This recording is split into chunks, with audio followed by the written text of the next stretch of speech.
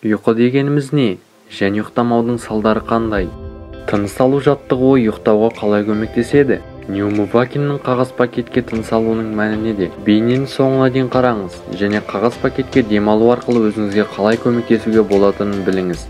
Әр адам күніне кем дегенде 6-7 сағат ұйықтау керек. Адам өмірінің 3-тен 1 бөлігінде ұйықтайды. Ұйқы дегеніміз не? Және ұйқының болмауының салдары қандай? Ұйқы дененің физиологиялық жағдайымен анықталады. Ұйқы кезінде өмірлік күшің қалпына келеді, иммундық жүйе жақсарады, энергия жиналады.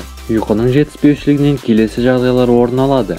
Есте сақтау қабілеті төмендейді, зейіні мен концентрациясы нашарлайды, аурулардың қаупі артады, тәбет күшейеді, яғни артық тамақтану, асқазан ішек жолындағы патология және семіздік дамиды.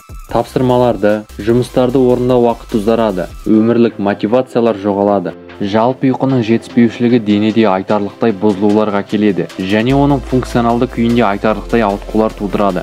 Бірақ түнде оянбай, немесе тез ұйықтау және тыныш ұйықтау әрдайым мүмкін емес. Мұндай жағдайда не істеу керек? Қағаз пакетпен тыныс алу жаттығуы ұйықтауға қалай көмектеседі? Айтпақшы достар, арнаға тіркеліп осы видеоға міндетті түрде лайк басыңыздар. Видео өте пайдалы болады. Профессор Иван Павловичтің ұсынысы бойынша пакетпен тыныс алудың қарапайым жаттығулары ұйқыны қалыпқа келтіреді және таңертеңгі әл-ауқатты жақсартады. Қалай істеу керек?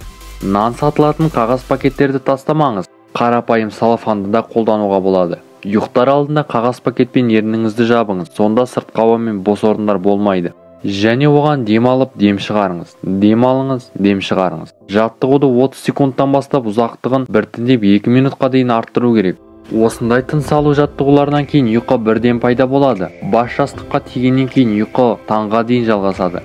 Мұның құпиясы неде? Құпия көмір қышқыл газымен тыныс алу кезінде ми тамырларының кеңеюі пайда болады. Бұл тыныштыққа әкеледі және ұйқышылдықты тудырады. Пакетке тыныс алудың мәні неде? Адам ағзасында газ алмасу үнемі жүреді. Негізгі функцияларды сақтау үшін қанда оттегі мен көмір қышқыл газы болады. Көмір қышқыл газының жетіспеушілігімен әртүрлі патологиялық реакциялар пайда болады. Көмір қышқыл газы тыныс алудың дұрыстығын реттейді, қажетті қан реакциясын қолдайды, мидың, ішкі ағзалардың және бұлшық еттердің ұсақ тамырларының кеңеюіне әкеледі.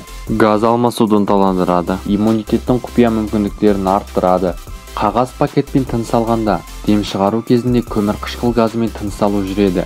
Бұл ағзадағы көптеген реакциялардың белсендірілуіне, жүрек қан тамырлары, тыныс алу жүйелері мен мидың жұмысын қалыпқа келтіруге көмектеседі. Қағаз пакетте тыныс алу пайдалы және әртүрлі ауруларды жоюға көмегін тигізеді.